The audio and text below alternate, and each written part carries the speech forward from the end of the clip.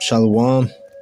I want to give all the glory, all the praise unto Yahweh, Bahashem, Yahweh Shai, Bahashem, Rekah, Kodash. Double honors goes out to the elder apostles of Great Millstone for teaching me the truth. Also want to acknowledge all the Akyam who are pushing the truth with sincerity throughout the four corners of the earth. A shalom to the elect of the nation of Israel. And this is Shabai from GMS Denver. And today I'm going to read Revelation, the 5th chapter. It's a short chapter. So I'm going to go ahead and start at the top. It says, "And I saw in the right hand of him that sat on the throne a book, written within and on the backside, sealed with 7 seals."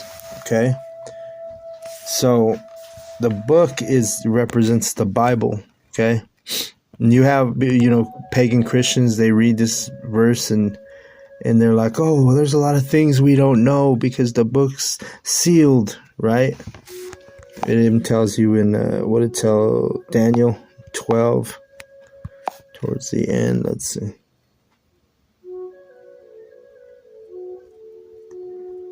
Let me see. Daniel 12.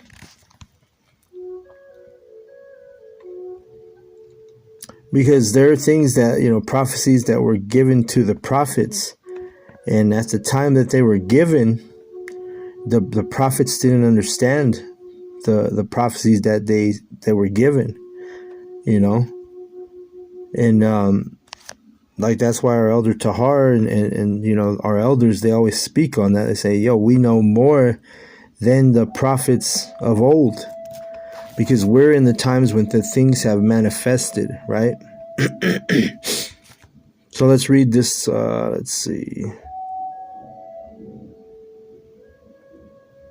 I'll start at verse 7. It says, "And I heard the man," Daniel 12:7, "and I heard the man clothed in linen, which was upon the rivers of the river, when he held up his right hand and his left hand unto heaven, and swear by him that liveth forever that it shall be for a time, times and a half. And when he shall have accomplished to scatter the power of the holy people, all these things shall be finished." And remember, all the Israelites, we were scattered, and so the prophets are all over the planet Earth, and we're raising up on our feet with understanding, and that understanding that we have is because of Yahweh Bahashim Yahweh Shai. Okay, because Yahweh Shai went and he went up on that cross, and him doing that deed, being that unblemished lamb, is the reason why we have this understanding, is the reason why we have this truth, right? So let's read 8.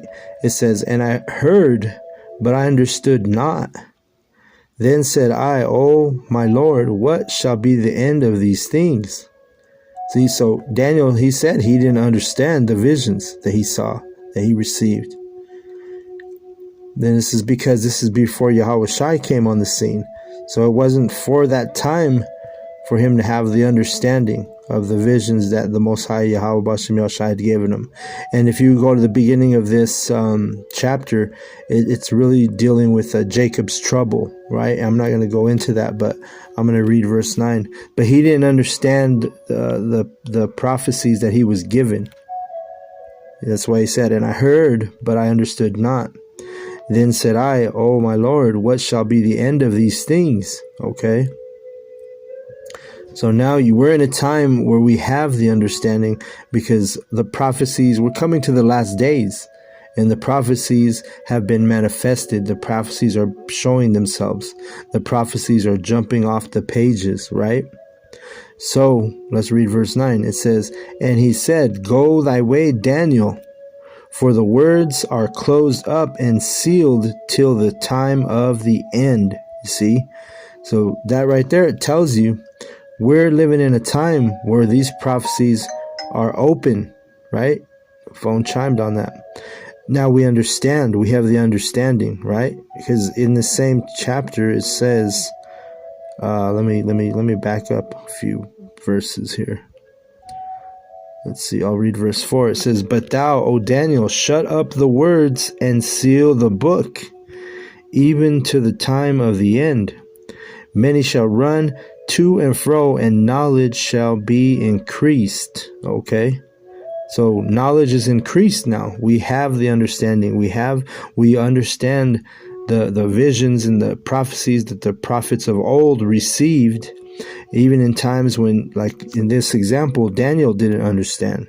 But now we're in a time we do understand the prophecies. We understand the visions that our forefathers had, right? But Christians will tell you, "Oh, well, we don't know all the prophecies, because the book is sealed." They'll tell you that, which that's not true. We have the understanding. The book, during the time of Daniel, the book was sealed. But in this time, well, we're going to read in Revelation 5. And then we'll break that down. But it says, verse 2, "And I saw a strong angel proclaiming with a loud voice, 'Who is worthy to open the book and to loose the seals thereof?'" Right? So if you have a Bible and it's sealed up with seals on it, how are you going to get any type of understanding? You're not going to have no understanding because you can't even open the book. Right? So now in Revelation 5, John the Revelator, he sees the angel, and let's read it. "And I saw a strong angel proclaiming with a loud voice, 'Who is worthy to open the book and to loose the seals thereof?'" Right? Because if you have seals on a book and you loosen them up, now you have access. Now you can read the book, right, with understanding. It says, "And no man in heaven nor in earth, neither under the earth, was able to open the book, neither to look thereon." Okay. So you didn't have anybody who was worthy. Let's keep reading. "And I wept much because no man was found worthy to open and to read the book, neither to look thereon." So it was so stressful that John the Revelator, he started to weep. He was literally crying, right? And verse 5, "And one of the elders saith unto me, Weep not. Behold, the Lion of the tribe of Judah, the Root of David, hath prevailed to open the book and to loose the 7 seals thereof." And the Lion of Judah, the Root of David, that's Yahushua. Okay? So Yahushua, because of his sacrifice, because of what he did for his people, we have the ability to loose those seals. The seals meaning the understanding. We have the knowledge. We have the understanding on the prophecies. We are able to break down the scriptures, because of Yahushua. And you have these dudes in these camps talking about, they don't need to acknowledge or worship Yahushua, which they're dead wrong. Okay? If not for Yahushua, you wouldn't even know you're an Israelite. You'd still be running around calling yourself a black dude or a Mexican or a Cuban or a Puerto Rican, so on and so forth, right? So it says, "And I beheld, and lo, in the midst of the throne and of the 4 beasts, and in the midst of the elders stood a lamb as it had been slain, having 7 horns and 7 eyes, which are the 7 spirits of the Most High, sent forth into all the earth." Okay? "And he came and took the book out of the right hand of him that sat upon the throne." Okay? Talking about the Bible.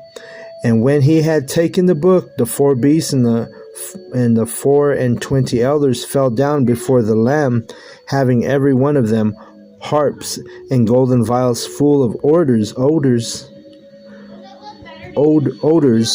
which are the prayers of the saints. Okay? And remember, our prayers, it tells you in the scriptures that our prayers are a savory smell unto Yahweh, B'Hashem Yahushai. And the saints, we're the ones who have the access because of what Yahushai did for us, right? And that's why the saints, which are Israelites, Okay, so the prayers of the saints, it's a savory odor to our Lord Yahweh Ba'ashem Yahushai. And it says in verse 9, and they sung a new song, saying, thou art worthy to take the book and to open the seals thereof, for thou wast slain and hast redeemed us to the Most High by thy blood out of every kindred and tongue and people and nation. Okay? Because the Israelites were scattered in all the nations, we're speaking different languages. You have brothers who are all over the world that, they're speaking different tongues, different languages. They're speaking in Spanish, they're speaking German, they're speaking Italian, they're speaking, African tongues from the land of Africa, right? You have all these different dialects and languages that we're teaching, right? It tells you in Psalms 19, there is no language where our voice is not heard, right? Psalms 19 and 3, I think. Yep. There is no speech nor language where their voice is not heard. You see? So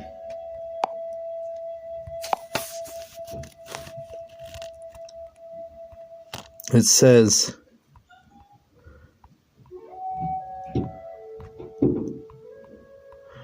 let's see. And they sung a new song, saying, thou art worthy to take the book and to open the seals thereof, for thou wast slain and hast redeemed us to the Most High by thy blood out of every kindred and tongue and people and nation. And we've been scattering in all the nations. A Christian will read that verse here, verse 9, and they'll say, oh yeah, everybody, it's for all the nations, it's for all the people, it's for the heathen. Like you got these two clowns, right? In Genesis, talking about there's Gentile foreigners who are going to receive salvation. No, this is only strictly for the Israelites who have been scattered in all the nations. And these clowns know that. They know what it is. It's just they took money. They've been paid off because they have no integrity. They're not true servants of Yahweh Ba'ashem Yahushai. So they're out here, remixing the doctrine, trying to say that the Gentile foreigners can be saved, which that's not what this truth is for. But that's a whole nother topic. So this is, I'm going into, having this understanding and why we're able to understand, okay, the scriptures. It's because of Yahweh Shai. He was able to loosen the seals. He was the one who was worthy to loosen the seals so that we could have this understanding and this knowledge, okay, the comforter, right? Let's see, it says, and hast made us unto our power kings and priests, and we shall reign on the earth, right? So who's that talking about? It's talking about the saints, the elect, the 144,000, right? Let's get Revelation 14 and 1. It says, and I looked, and lo, a lamb stood on the Mount Zion, and with him 144,000, having his Father's name written in their foreheads. Because the Father's name written in our foreheads, meaning we know the true names, Yahweh Ba'ashem Yahushai. Okay, it starts out with the prophets, the 144,000 who are teaching those names on the planet Earth right now, and you're going to have the elect who are going to hearken and believe and receive those true names of Yahweh Ba'ashem Yahushai. All right. And again, if not for Yahweh Shai, we wouldn't even have any of this knowledge or understanding. But because he went up on that cross and died for the sins of the Israelites, right? And right now it's exclusive to the elect of Israel, right? The elect of the elect, right? So let's read 2. And I heard a voice from heaven as a voice of many waters, and as the voice of a great thunder, and I heard the voice of harpers harping with their harps. Remember, we talked about having those instruments in the Revelation 5, because this scriptures are it's a song, right? It's likened unto a song. And we're singing the song. When we go out there and teach, and we're out there prophesying and teaching, we're actually singing a song, right? And like our elders say, you can't go out there and sing the lyrics wrong. You can't remix the song. You can't change the lyrics. You can't change the doctrine, you see. You have to sing the song, correctly, If you go to somebody, you pay tickets to you go watch your favorite entertainer or performer sing a song, and they come out and sing a song, your favorite song, and they change the whole lyrics, they change the chorus, they change the instruments, everything. You're not gonna be happy, right? You're gonna be like, this is not what I paid for, right? So the same thing with Yahweh B'Shem Yahushai. You can't remix the doctrine. You can't change the lyrics. You can't change, add or take away things from the song, right? It says in verse 3, and they sung as it were a new song before the throne and before the four beasts and the elders, and no man could learn that song but the 144,000 which were redeemed from the earth. Okay. So only the prophets are gonna be able to learn the song in its entirety, right? You're gonna have the elect; they're gonna hearken and listen to the true servants of Yahweh B'Shem Yahushai, the prophets. But the 144,000 are the ones who are able to learn the whole song, like it says right here. All right. So we're singing a song of Yahweh B'Shem Yahushai, and the true servants are going to sing the song without with integrity, with sound doctrine, right? We're not going to change the lyrics. We're not going to change the doctrine. So let's go back to. I should have read that one more verse down. Let me see, Revelation 14 and 5. It says, "And in their mouth was found no guile, for they are without fault before the throne of the Most High." Okay. So the guile means deception or trickery, right? When we teach, we're not out here tricking you or, setting you up or deceiving you. It's all according to what's written, according to the truth, right? Even if it offends you, we're going to teach the truth, whether you like it or not, okay? That's why you have those guys that are going off in the doctrine. They're not teaching sound doctrine. They're changing up the lyrics. They're changing up the truth. They're telling lies, telling you that salvation is for the Gentiles, the foreign Gentiles, the heathen. No, that's a lie. That's not sound doctrine. The true prophets are singing the song correctly, which the correct lyric would be right here. There's no guile and there's no deception. We're not going to tell you that the heathen can be saved, okay? All right, let's see.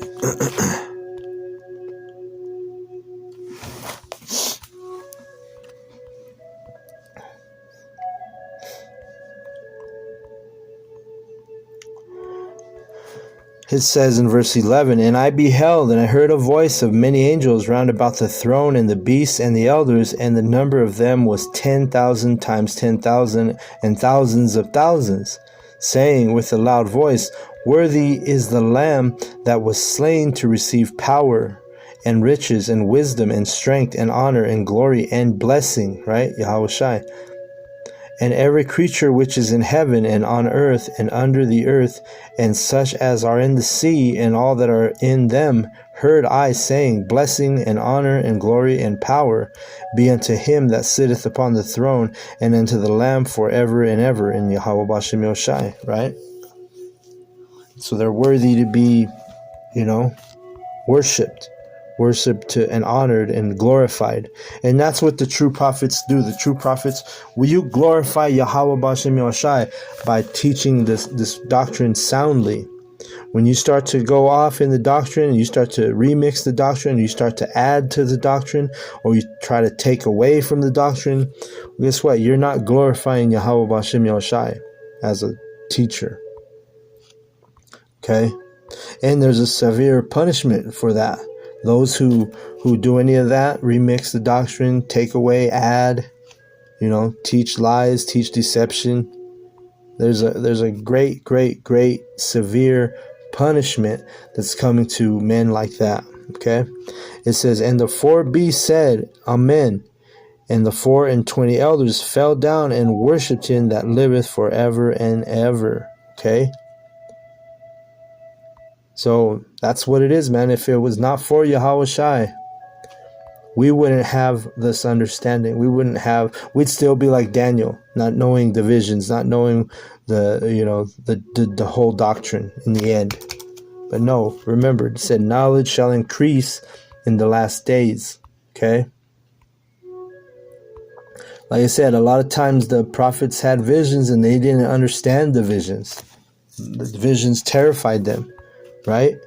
But now we're in the time which the prophets are subject unto the prophets, because we are those men of old. We've been reincarnated, regenerated, and we're back again and prophesying before many people. And right, like it tells you in Revelation, I think it's 10, the last verse. It says, and 10 and 11, Revelation, it says, and he said unto me, thou must prophesy again before many peoples and nations and tongues and kings. Because John the Revelator is, he came back and prophesied, right? So this is just showing you that there's reincarnation is in the Bible. Why would he tell him? And he said unto me, thou must prophesy again before many peoples and nations and tongues and kings, because of the factor of reincarnation, regeneration.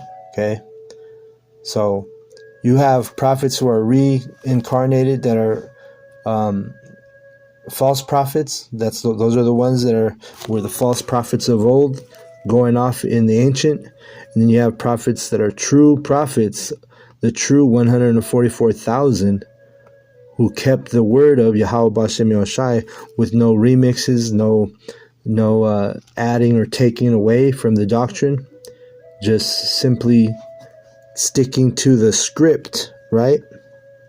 So, with that, I hope the lesson was edifying. I want to give all the praise, all the glory, all the honor unto Yahweh B'Hashem, Yahweh Shai B'Hashem, Kodash.